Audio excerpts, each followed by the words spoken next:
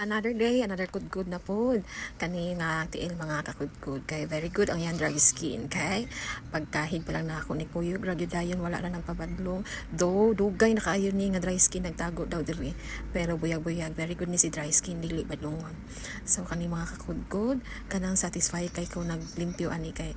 Kung kita pa lang mo sa unang hitsura ani nga kuko, grabe na gyud. Maklaro na gyud ang kilid-kilid nga mura na gani siya nay itom-itom kay tungod sa kadugay na nga wala na limpyuhan.